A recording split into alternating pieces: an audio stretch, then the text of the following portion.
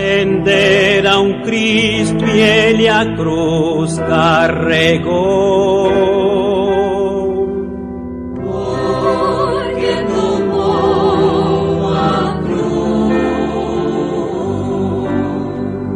Para o Calvário se encaminhou.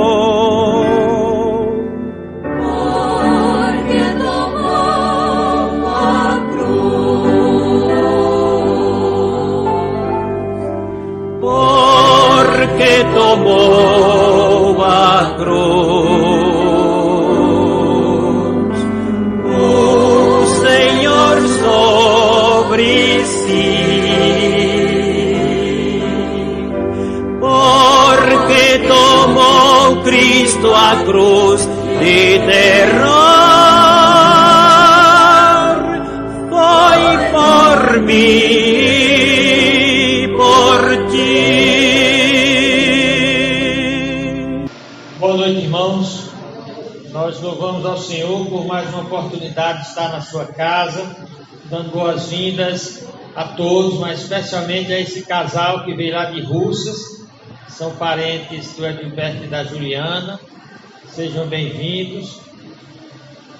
Aqui é uma casa dedicada a Deus, é uma casa que tem um propósito: chamar as pessoas ao arrependimento, a uma mudança de vida, a uma entrega de vida para Jesus Cristo. E nós estamos falando nos domingos acerca dos livros da Bíblia, das doutrinas dos livros da Bíblia. Então, nós temos dado uma panorâmica e a gente viu a panorâmica dos livros do Velho Testamento e começamos a ver uma panorâmica dos livros do Novo Testamento. Nós vimos Mateus, onde a ênfase é mostrar que Jesus Cristo é o Messias, é a única esperança de salvação. É a única esperança de salvação.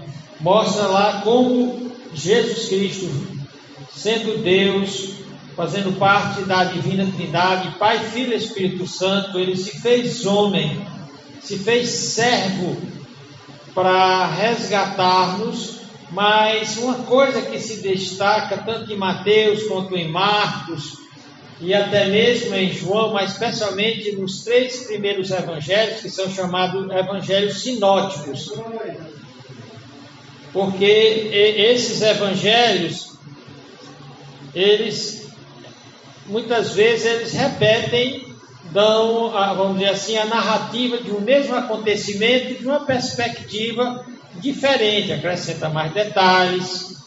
É como acontece um acidente, então vão 3 ou 4 emissoras de TV cobrir o evento. Aí uma emissora vai cobrir aquele evento da perspectiva do motorista que se feriu no acidente. Já outra vai ver da perspectiva dos passageiros desse que estavam nesse carro. Outra já vai ver que um aspecto que o motorista estava embriagado, e assim é o mesmo evento dando detalhes diferentes. Assim, os evangelhos, especialmente os 3 primeiros, eles vão tratar de ênfases diferentes. Porém, tem uma ênfase do Novo Testamento, de toda a Bíblia, que vai ressurgir de forma bem forte nos evangelhos, que é o arrependimento.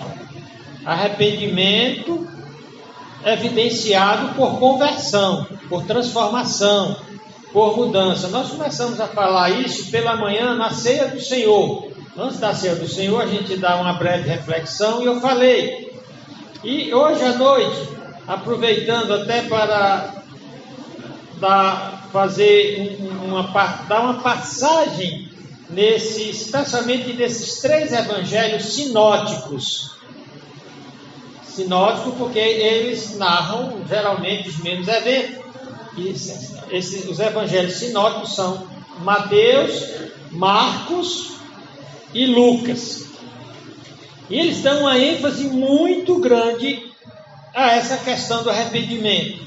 E o título dessa mensagem que eu dei aqui é exatamente o Evangelho do arrepender-se e o Evangelho do eu recebo. Por que é que você vê que antigamente tinham tantos crentes motivados, consagrados, espirituais, com vidas bem-sucedidas, crentes morrendo velhinhos, casados com o primeiro casamento e com pelo menos com uma parte da família seguindo o Evangelho? É porque no passado a ênfase da pregação do Evangelho não era só crer em Jesus, não é só fazer uma confissão, levantar uma mão, ficar em pé, se batizar. Não, a ênfase era dada no arrepender-se. No livro de John MacArthur, falando sobre evangelho autêntico, ele confronta os falsos evangelhos que estão sendo pregados aí, fora.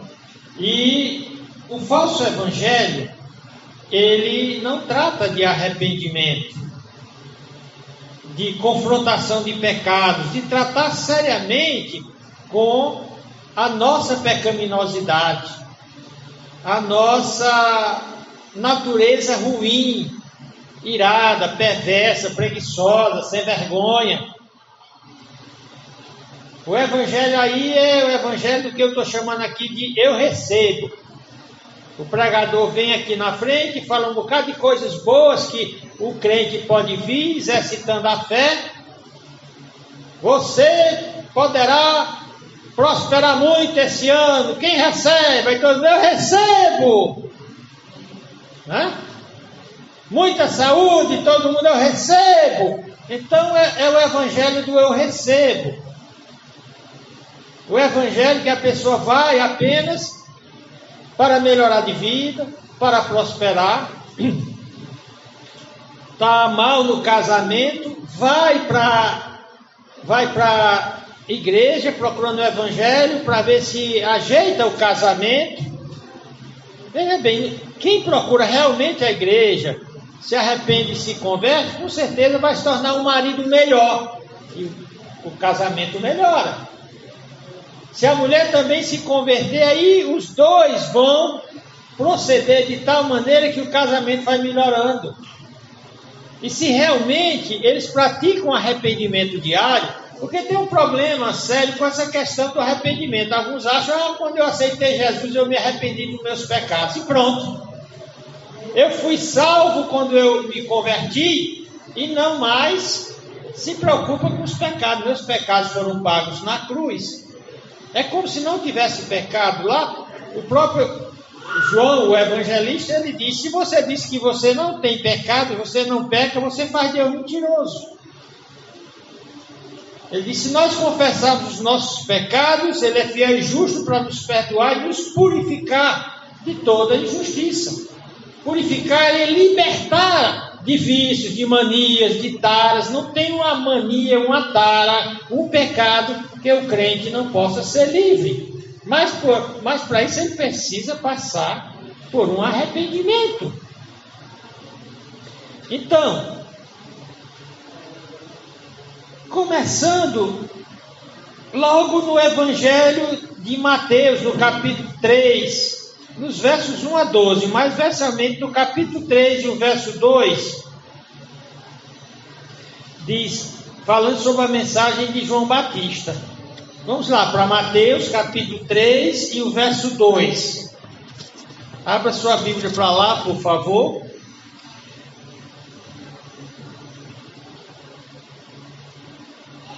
Vamos ler esses primeiros versículos, começando do versículo 1.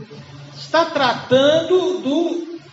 tratando do ministério de João Batista, porque os evangelhos sinóticos, eles começam com o ministério de João Batista. A primeira revelação, depois do final do Velho Testamento, 400 anos depois, é com o pai de João Batista, anunciando aquele que, o último livro do Velho Testamento, no último capítulo, anunciava.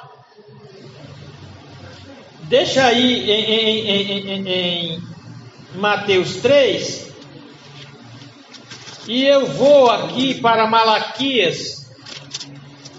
Você também pode ir, que está pertinho. Vá para Malaquias, capítulo 3. Malaquias, na realidade, capítulo 4. Malaquias, capítulo 4. É só virar umas folhas de Mateus.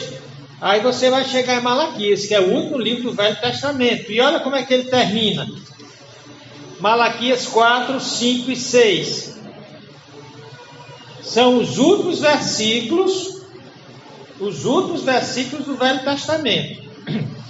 Diz aqui: e eis que vos envio o profeta Elias, antes que venha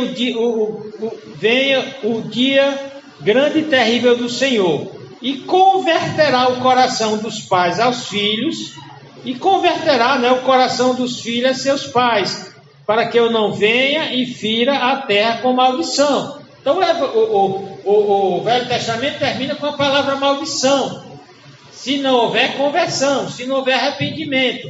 E diz que ele enviaria um profeta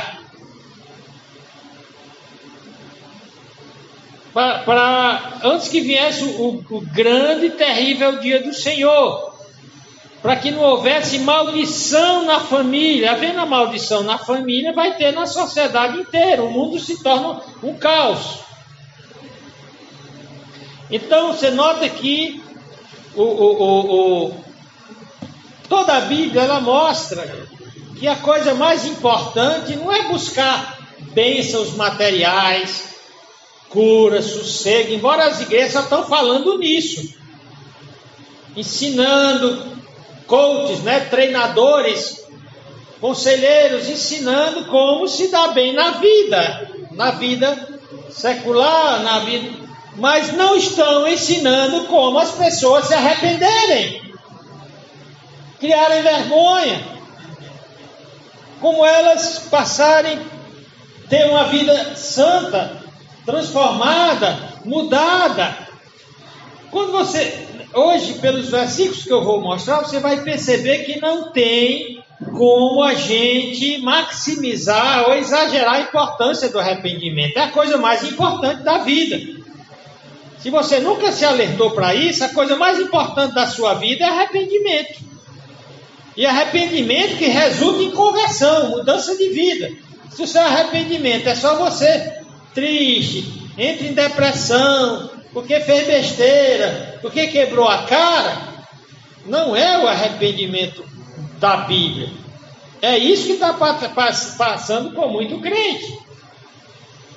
Não vive uma vida de arrependimento, e arrependimento é o dia todo.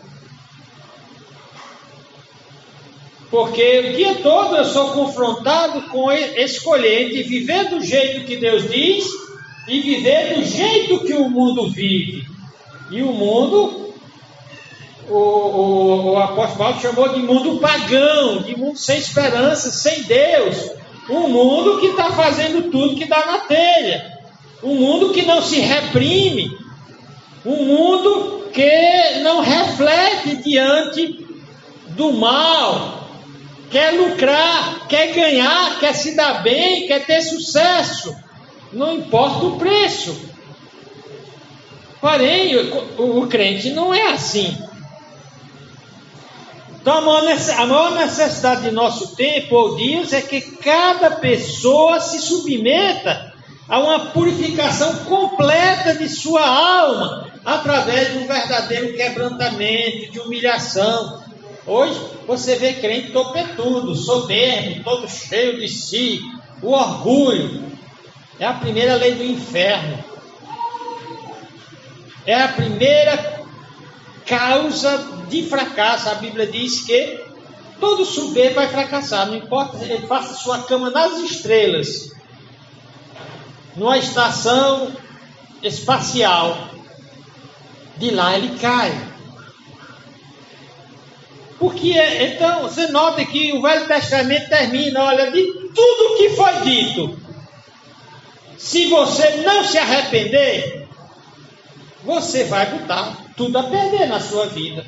A sua família vai ser amaldiçoada. Tanta gente pedindo oração pela família. Todo mundo quer que a sua família vá bem, mas aqui está dizendo, você precisa se converter antes. E então lutar para que a sua família se converta. Eu tenho visto demais, não. Como é que está a sua família? Como é que estão teus filhos, tua família? Ah, tão bem, meu filho agora se formou, está trabalhando, está ganhando bem. Mas o carinha não está nem aí para as coisas de Deus. É completamente materialista. Do ponto de vista de Deus, ele está bem? Não. É mais um pagão, desgraçado, miserável, rumando para o inferno. Então nós precisamos ter consciência da importância, já que a realidade mais terrível desse mundo é o pecado. É o pecado que nos rouba toda a paz, toda a alegria. E a única coisa que ele nos livra dele é o arrependimento. Então o pecado é a realidade mais terrível. E o arrependimento é a necessidade mais importante para a minha vida, para a vida da minha família.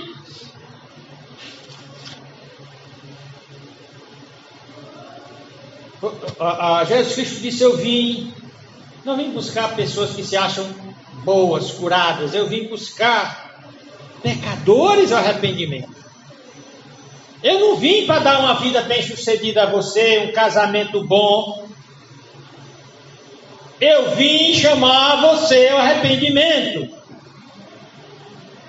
a uma metanoia, uma mudança de mente. Portanto, sem a salvação, ninguém vai para o céu. E sem arrependimento, eu não tenho salvação. A equação é bem simples. Por isso que é impossível você exagerar a importância do arrependimento. E esse é o chamado do Evangelho. Vamos então agora para Mateus, capítulo 3. Virando novamente as páginas. Mateus, capítulo 3. Vamos ler aqui um pouco desse capítulo 3, falando do ministério de João Batista, que lá em Malaquias foi anunciado como Elias. Não que Elias, quando ele subiu ao céu, Elias iria voltar aqui. Os espíritas dizem que isso é reencarnação. Não é reencarnação porque Elias não morreu. Então João Batista não podia ser reencarnação de Elias. Porém ele veio com aquele mesmo vigor profético, aquela mesma coragem que Elias tinha de confrontar o mal, o pecado. E olha aqui como é descrito o ministério de João Batista. E naqueles dias apareceu João Batista pregando no deserto da Judéia e dizendo: arrependei-vos, porque é chegado o reino dos céus. Repitam comigo: arrependei-vos, porque é chegado o reino dos céus. Agora, com toda a força do pulmão: arrependei-vos, porque é chegado o reino dos céus. Só vocês.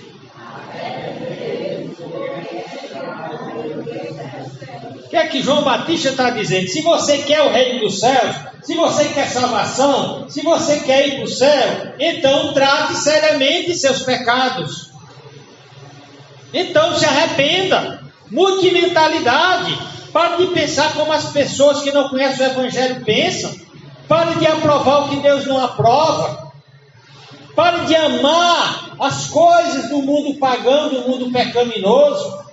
A Bíblia diz que Deus odeia o pecado, então exercite o seu coração para odiar o pecado. A mentira, o engano, a perversidade, a imoralidade. Se desviar dessas coisas. Então a grande pergunta não é: e aí, pastor, agora que eu sou crente, como é que eu posso ter uma vida bem-sucedida economicamente, familiarmente, profissionalmente, socialmente? Como é que eu posso gastar licitamente o meu dinheiro com lazer? A pergunta mais importante: pastor, como é que eu sofro a mudança que a Bíblia me propõe? Como é que eu posso alcançar essa transformação total em todas as dimensões, na dimensão espiritual, emocional e existencial? Pastor, pregue sobre isso, pastor. Eu estou cansado de ouvir mensagem como ter sucesso, como ser bem-sucedido. Me ensina pela palavra de Deus como eu devo me arrepender, como eu devo ser uma pessoa do padrão que Deus deseja, que Ele chama os crentes de santos. Como eu posso viver uma vida santa? Como é que eu posso ser um marido santo para com a minha esposa? Amar a minha esposa e não traí-la, não só não levando outra mulher para a cama, mas no meu coração não ter outra mulher além dela, na minha mente, no meu sonho, nas minhas fantasias e desejos, a não ser ela. E a mulher: como, Senhor, eu posso ser uma esposa no padrão bíblico? Eu posso respeitar meu marido, acatar, eu posso cooperar com ele, sendo uma esposa submissa de forma inteligente, sem raiva, sem revolta, para que haja união e paz na nossa casa. Senhor, como é que eu posso viver de tal maneira que eu possa mostrar para os meus filhos o que é viver uma vida santa?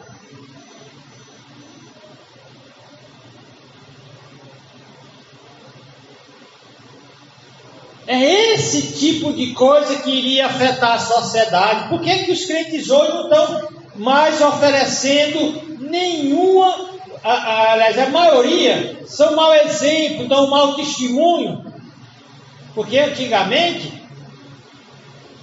se convertia um crente numa rua, a partir daí as pessoas já sabiam quem é honesto nessa rua. É o irmão fulano, ali é honesto, é sincero. Quem é aqui que não trai a mulher? O fulano. Quem é aqui que paga as suas contas? É o fulano.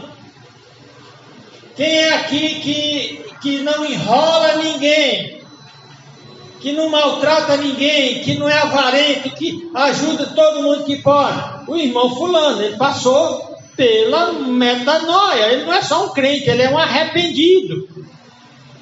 Então esse cara afeta a sociedade positivamente. Mas crente, todo entusiasmado em mostrar para o mundo: olha, agora eu sou crente, eu tenho um carrão, eu tenho uma casona, comprei um carro novo, troquei de mulher também, que aquela já estava velha, comprei uma mulher nova. Ou a mulher, né? Troquei de marido, o meu estava meio capenga.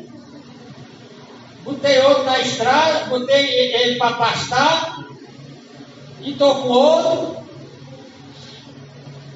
Esse crente é uma maldição, se é que é crente.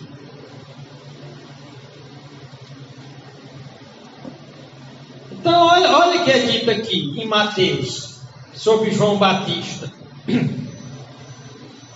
Começando novamente o versículo 1. Naqueles dias apareceu João Batista pregando no deserto da Judéia, dizendo: arrependei-vos, muda a cabeça de vocês, muda a mente, não pensa do jeito dos outros não. Não seja Maria vai com as outras. Porque é chegado o reino dos céus. Versículo 3. Porque este é anunciado esse João Batista é o anunciado pelo profeta Isaías, que disse: voz que clama no deserto. Não era só João Batista que estava pregando sobre isso. Os escribas e fariseus estavam ensinando o povo como se dar bem, como arrumar desculpa para divórcio. Uma turma lá, a turma do Iléu arrumava desculpa como é que o camarada podia descartar uma mulher e pegar outro. E outras marmotas, sem vergonhices, que a sociedade pagã fazia, os escribas e fariseus ensinavam isso. Então João era uma voz no deserto, que destoava de tudo. Então ele vai lá, arrependei-vos. Criem vergonha, cobras venenosas. Ele disse isso para os sacerdotes e fariseus da época.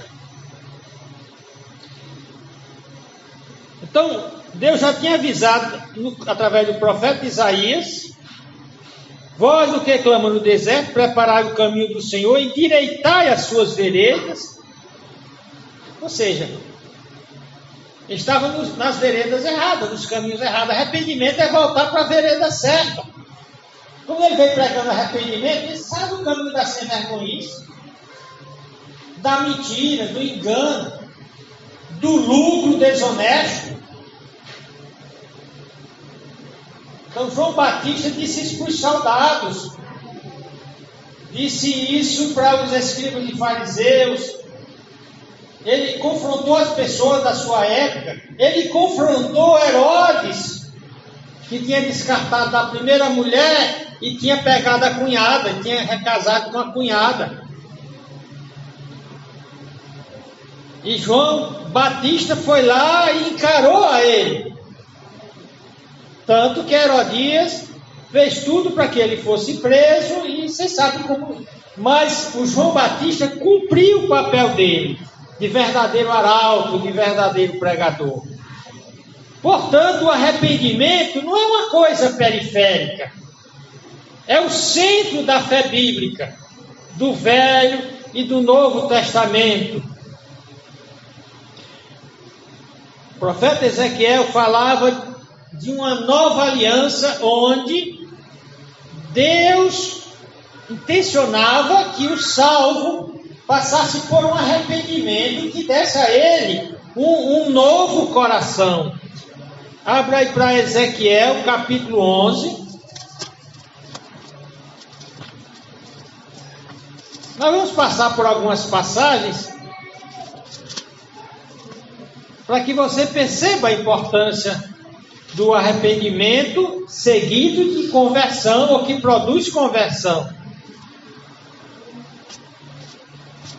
que produz mudança. Ezequiel, capítulo 11, versículo 19 a 20.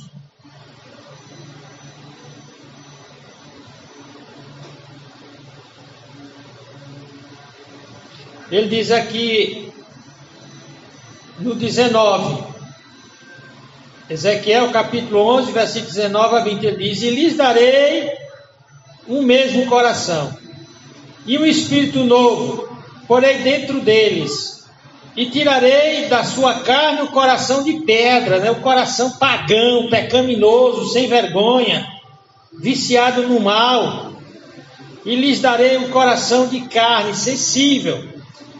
Para quê? Onde é que está a conversão aqui? Como é que eu vou saber que eu mudei meu coração de pedra para um coração sensível a Deus? Versículo 20. Para que andem nos meus estatutos e guardem os meus juízos e os executem, pratiquem. Não seja só de conversa e de pregação. Aí ele disse, e assim eles serão o meu povo e eu serei seu Deus. Eu disse aqui, o meu povo tem um coração diferente. O coração é a sede da personalidade. Envolve pensar, sentir, agir, o planejar. O que é que você planeja para a sua vida? Quais são os sonhos? Como é que você quer terminar a sua vida, sua aposentadoria? Eu lembro que teve uma senhora que ela trabalhou muito. Em cima de uma máquina de costura, ela deu uma casa para cada um dos filhos dela. O marido dela morreu, então ela consegue construir uma casa para ela própria. E ela tinha o que lá, 3, 4 ou 5 filhos. Ela construiu em cima de uma máquina uma casa para cada um dos filhos. E finalmente, quando ela se aposentou, ela disse: agora, olha, coloquei meus filhos em casa, ainda fiz outras casas para aluguel. Tenho o aluguel das casas e ainda tenho a minha aposentadoria que eu paguei. vou viver agora só viajando, só curtindo. Naquela semana, ela sofreu um acidente, do qual nunca se recuperou. E acabou morrendo. Seria muito mais interessante ela ter dito, porque ela era evangélica, né? Eu fui pastor dela. Quando eu cheguei, ela já estava prostrada. Então ela foi que me contou essa história. Ela disse, pastor, se o plano dela fosse esse, quando eu me aposentar, eu vou sair aí pelo mundo pregando o evangelho. Já que durante a minha vida eu não pude, na minha vida, quando eu estava criando meus filhos e tentando fazer um pé de meia, eu pouco pude contribuir com o trabalho da igreja, em ganhar almas, porque eu não tinha tempo, eu só tinha tempo para ganhar dinheiro e para garantir uma aposentadoria boa. Então, como são os seus planos? Você pode até perguntar, foi Deus que quebrou as pernas dela lá no ônibus? Lá no ponto do ônibus? Foi não. Ela achou que ela podia planejar a vida dela sem Deus. Então Deus disse, então vai ver onde é que isso para. Parou debaixo das rodas de um ônibus.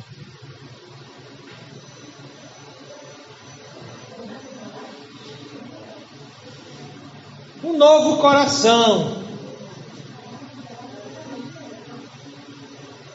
Muitos crentes estão vivendo vidas mundanas, que eles chamam de vidas carnais. Vida carnal, vida egocêntrica. Ele não leva a sério o trabalho de Deus. Ele troca o culto por qualquer coisa. Ele vem para o culto quando dá tempo, quando é conveniente, quando é vantajoso, quando é fácil. Qualquer contratempozinho é suficiente para ele trocar qualquer coisa pelo servir a Deus. Na realidade, essa pessoa vive de forma soberba, arrogante, confiando no seu muque, no seu taco, na sua inteligência, na sua manha, na sua astúcia, na sua habilidade humana de resolver problemas. É assim que o mundo vive. Porém, Deus, eu não te salvei para viver com essa perspectiva. Eu te salvei para que você tenha um novo coração, para que você seja uma nova criatura, para que você seja uma pessoa motivada por amor, por fé, por espiritualidade, para que você aprenda a me adorar, a se agradar de mim, a andar nos meus caminhos. Mas você não está nem aí para mim, você não liga para mim, você não conversa comigo, você é um fariseu que se arrasta para a igreja, mas durante a semana você não quer conhecer a minha palavra, você não pega a palavra para ler, você pouco se demora na minha presença. Aí depois que está todo enrolado que nem o mundo, aí você grita por socorro. E não é só ignorar Deus, não é só menosprezar, dar pouco valor às coisas de Deus. Não é só isso não. Quando a pessoa faz isso, ele começa a cometer uma série de pecados que não são pecados públicos ou gritantes, mas ele sabe no coração dele, na mente dele, que está pecando. E ele começa pecando e olha para cima, será que Deus vai jogar uma pedra bem grande em cima da minha cabeça?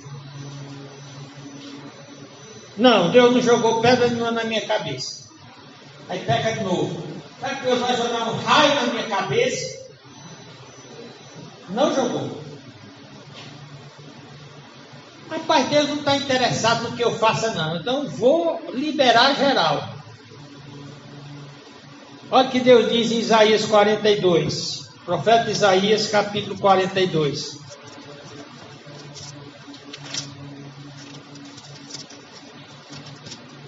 Isso que eu descrevi aqui era a atitude do povo de Israel. O povo desobediente de Israel era essa.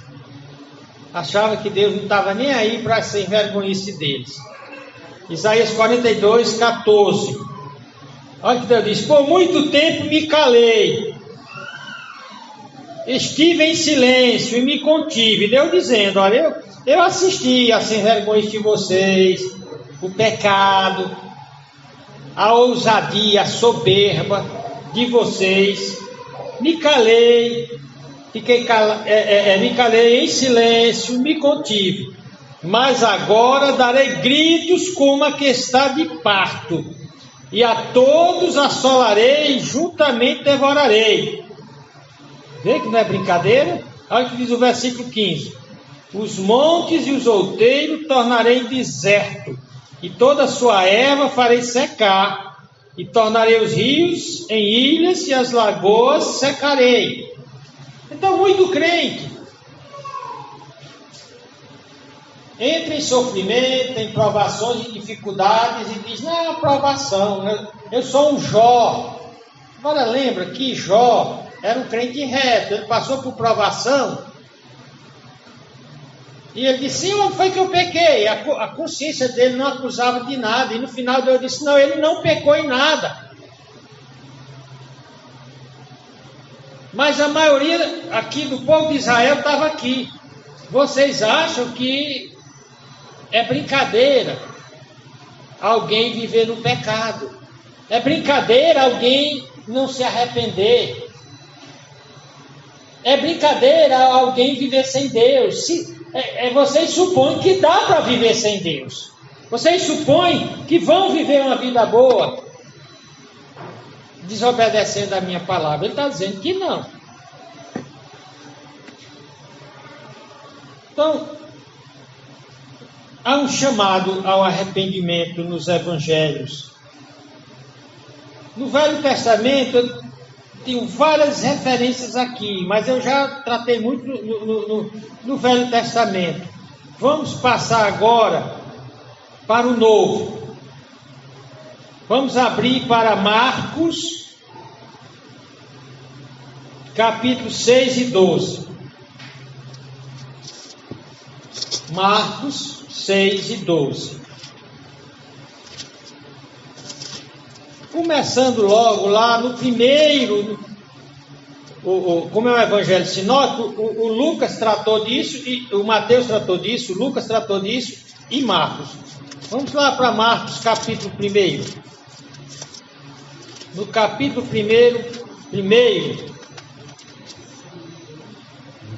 e o versículo 4 diz: apareceu João batizando no deserto e pregando o batismo de arrependimento para a remissão dos pecados. João está aqui, a Marcos está dizendo que só vai ter o perdão dos pecados para quem se arrepende. Não é aquele arrependimento de H, não, que é um arrependimento só para você convencer sua consciência, para você convencer os circundantes, os circunstantes, né?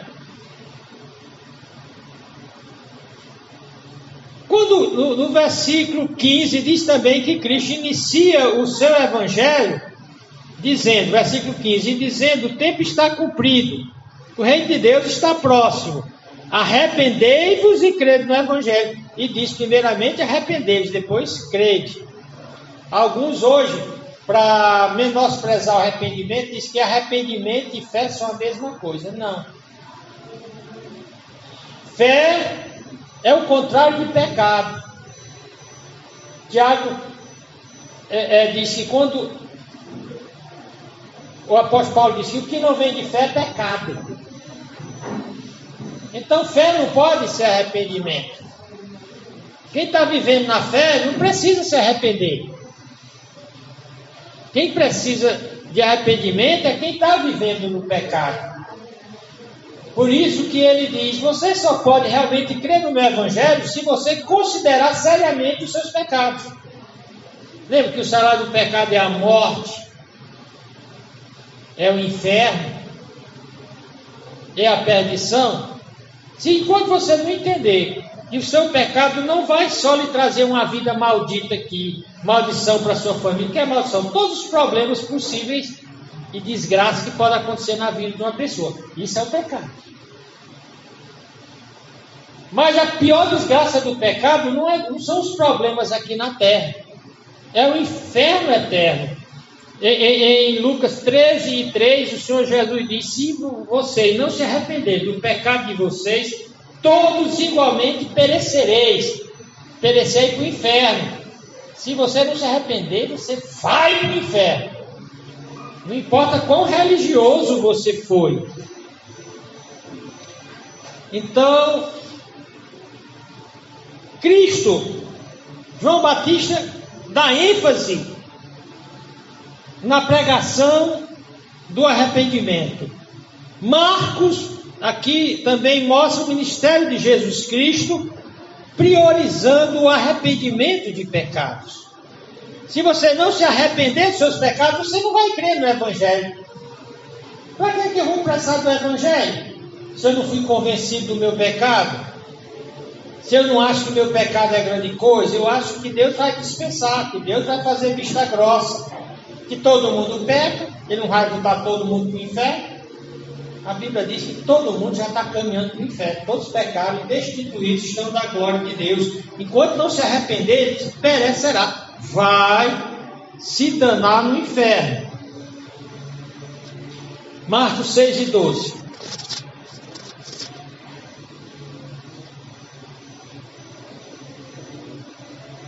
E saindo eles, pregavam que se arrependessem.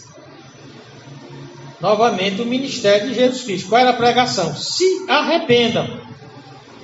Vamos agora para Lucas 13:2 e 5. Eu até já citei esse texto aqui, mas para que o texto fique marcado na sua consciência. 13:2 e 5. E respondendo Jesus, disse-lhes: vês esses grandes edifícios? Não ficará pedra sobre pedra que não seja derribada. E assentando-se ele no Monte das Oliveiras, defronte do templo, Pedro e Tiago e João e André lhe perguntaram em particular: diz-nos, quando serão estas coisas? Que sinal haverá quando todas elas estiverem para se cumprir? E Jesus, respondendo-lhes, começou a dizer: olhai que ninguém... Peraí, eu estou em Marcos, é Lucas 13. Lucas capítulo 13, 2 a 5. No capítulo 3, verso 1 diz: naquele tempo estavam presentes ali alguns que lhe falavam dos galileus, cujo sangue Pilatos misturara com os seus sacrifícios. E respondendo Jesus, disse-lhes: cuidais vós que estes galileus foram mais pecadores do que todos os galileus, por terem padecido de tais coisas, tais desgraças, né? Uma desgraça, uma tragédia, né? Uma carnificina mandada fazer pelo Pilatos. Então, muitas vezes, quando acontece uma desgraça, um acidente grave, a pessoa diz: o que foi que essa pessoa fez de tão grave? E Jesus Cristo disse aqui: não interessa qual a desgraça que aconteceu, ou se você vive bem ou você vive na miséria. A única coisa que interessa é se você se arrependeu ou não. Olha o que Cristo diz: não, vos digo, não tem diferença entre um homem e outro, entre uma pessoa bem sucedida e fracassada para Deus. O que diferença, ou faz diferença entre um homem e outro para Deus, é arrependimento.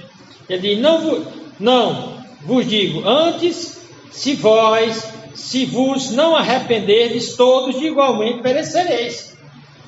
Se não se arrepender, vai para o inferno. É simples assim. Lucas 17, 7 a 10.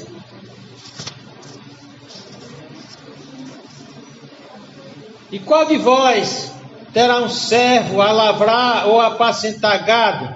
Deixa eu ver novamente a referência aqui para eu não Lucas 15. Lucas 15, 17 a 10. E, tornando em si, disse: quantos jornaleiros de meu pai, isso aqui é o arrependimento do filho pródigo. Olha o que é arrependimento. O cara esbanjou tudo. Era um esbanjador. Destruiu toda aquela riqueza que o pai levou anos para construir. Levou uma vida só fazendo o que desagradava ao pai, assim como algumas pessoas vivem a vida desagradando a Deus. E o que é o arrependimento? Aqui descreve. E tornando em si, disse: quantos jornaleiros, ou jornaleiro é quem trabalhava uma diária, uma jornada diária. Quantos diaristas de meu pai têm abundância de pão, e eu aqui pereço de fome? Levantar-me-ei e irei ter com meu pai, e dir-lhe: Pai, pequei contra o céu e perante ti, já não sou digno de ser chamado teu filho. Faz-me como a um dos teus jornaleiros ou servos. Perceba aí o que é arrependimento? É a mudança total de pensamento. Era um jovem soberbo, era um jovem boçal, era um jovem que era uma desgraça.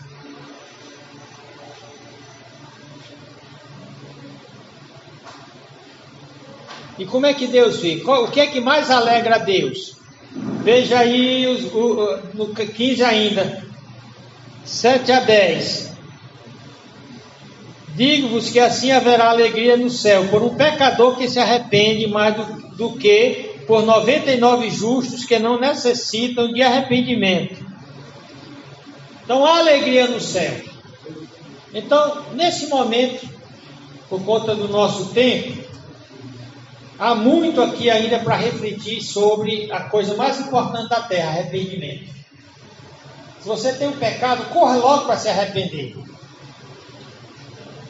Se você está fazendo qualquer coisa que você sabe que é ligado com orgulho, com soberba, com desobediência a Deus, corra logo, peça a Deus: quebrante o meu coração, tire essa soberba, me ajude a vencer essas desculpas desgraçadas que me tornam escravo do mal e do pecado. Enquanto você não se arrepender, você não está alegrando a Deus. Lembra o povo da época, antes do dilúvio, pecaram tanto que Deus decidiu destruir toda a terra. E diz que Noé achou graça aos olhos de Deus. Apenas Noé alegrava a Deus, porque Noé vivia uma vida arrependida. Noé tratava seriamente os seus pecados. Noé realmente decidiu viver para Deus, se consagrar a Deus, viver a transformação divina. Jesus Cristo veio, disse: crede no Evangelho, arrependei-vos e crede no Evangelho, para que sejam cancelados, para que, lá em Marcos, Cristo diz, para ter o perdão dos pecados. Na pregação de Pedro, em Atos, no capítulo 3, ele diz: arrependei-vos e crede no Evangelho para serem cancelados os vossos pecados. Então, se arrependa dos seus pecados. Nesse momento, diga a Deus: Deus, eu me arrependo dos meus pecados, me ajude a crer. Disseste que a maior bênção que o Senhor pode dar para uma pessoa é o arrependimento. Me dê um arrependimento nessa noite. É a bondade de Deus, é a bênção de Deus alguém se arrepender. Se arrependa nessa noite. E creia no Evangelho, creia que Jesus morreu na cruz para tirar os seus pecados. Morreu na cruz para que, quando Deus chamar ao arrependimento, você possa dizer: está aqui, Senhor, eu me arrependo. Eu jogo fora esse pecado, esse mal, esse vício.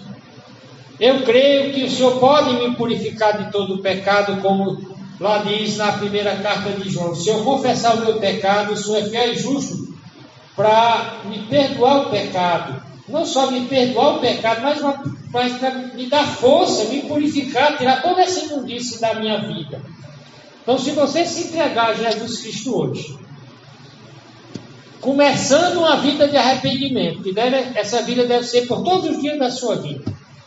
Vida de arrependimento é sempre tratar o pecado com nojo, com ódio, de forma radical. Não quero nada com o pecado, mas é só uma mentirinha, não quero. Eu não quero o prêmio do mal nem do pecado. Eu fui salvo por Jesus Cristo. O sangue de Jesus Cristo me lavou quando eu me entreguei a Ele. Então eu vou viver de modo santo. Então, aqueles que já aceitaram Jesus Cristo e querem tomar a decisão a partir de hoje, vou viver uma vida arrependida. Não vou mais brincar com meus pecados. Levante uma das suas mãos, dizendo, só levante e baixe rápido. Eu quero viver uma vida arrependida, amém. Eu quero viver uma vida arrependida. Eu não vou mais guardar pecado. Eu não vou mais brincar com o mal e trazer desgraça para a minha família. Agora, quem ainda não entregou sua vida para Jesus e nessa noite gostaria de ser lavado pelo sangue de Jesus Cristo, ser perdoado e purificado do seu pecado, ganhar força para viver uma vida arrependida. Alguém que nessa noite gostaria de entregar sua vida para Cristo, se convertendo a Jesus, arrependido dos seus pecados, querendo deixar a vida velha e ter o poder de Deus para viver uma vida nova, levante uma das suas mãos. É a sua oportunidade. Se não, nós vamos orar agradecendo a Deus por esse tempo aqui. Senhor Deus, nosso Pai, obrigado porque a Tua palavra nos mostra o que é importante nessa vida. A coisa mais importante nessa vida não é o nosso salário, não é o nosso sucesso, não é o nosso bem-estar físico, social, existencial, mas sim uma vida arrependida que agrada a Deus, que faz Deus sorrir. Nos ajuda, Senhor, perdoa-nos os nossos pecados, nos ajuda a vivermos de forma arrependida, de forma transformada, de forma santa, diferente dos padrões do mundo. Salva a alma daqueles que ainda não tiveram coragem de se entregar para Jesus, Senhor Deus. Salva almas. Obrigado por essa noite, louvado pela salvação e o perdão e a purificação de Jesus, o seu sangue, é que nós oramos. Amém. Boa noite. Porque tomou a cruz o Senhor sobre si. Porque tomou Cristo a cruz de ter